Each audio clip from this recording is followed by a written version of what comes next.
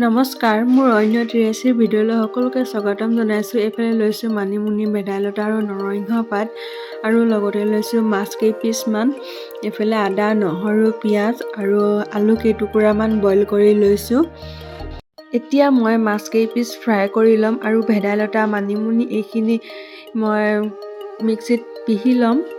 এতিয়া যিহেতুকে বাৰিষাৰ দিন সোমাইছে, খুব সহজতে পোৱা যায় নৰসিংহ, মানিমুনি আৰু ভেদাইলতা পাত। এতিয়া মই এইখিনি ভালদৰে পিহি ল'লোঁ।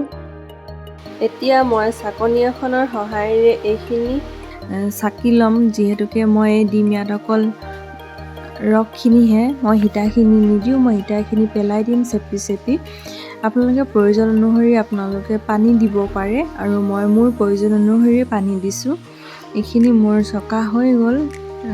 বহুদিন আপোনালোকৰ মাজলৈ ৰেচিপিৰ ভিডিঅ' আগবঢ়োৱা নাছিলোঁ, সেই গতিকে এইটোকে দেখালোঁ। কাৰণ মই বিহু আগত গামোচা এজুতি লগাইছিলোঁ, সেই গামোচা বোৱাৰ কাৰণে মই ভিডিঅ' কৰিব পৰা নাই। মই আদা নহৰুখিনি পটা এখনত ধুনীয়াকৈ পিহি ল'লোঁ। এইফালে মাছ ভজা তেলতে মই পিঁয়াজখিনি দি দিলোঁ, তাৰপাছত দি দিলোঁ আলুখিনি পিটিকা কৰি আৰু এইফালে দি দিলোঁ আদা নহৰু। এতিয়া মই গোটেইখিনি ভালদৰে লৰাই ভাজি লৈছোঁ, যাতে আদা নহৰু কেঁচা গন্ধটো নাথাকে। দি দিলোঁ অলপ সোৱাদ অনুসৰি নিমখ আৰু অকণমান হালধি। আকৌ অলপ ভালদৰে মই ভাজি লৈছোঁ।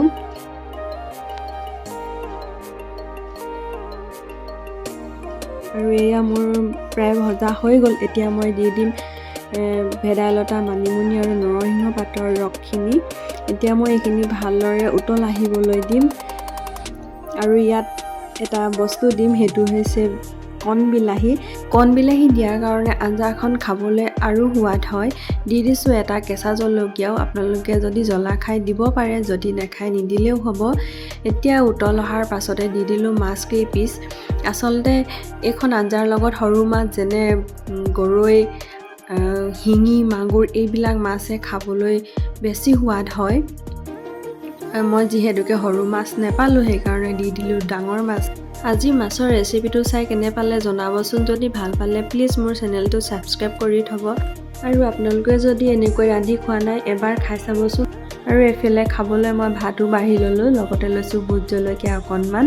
খাবলৈ কিন্তু বৰ সোৱাদ হৈছিল। ভিডিঅ'টো শেষলৈ চোৱাৰ বাবে সকলোকে ধন্যবাদ জনাইছোঁ। আজিলৈ বাই বাই।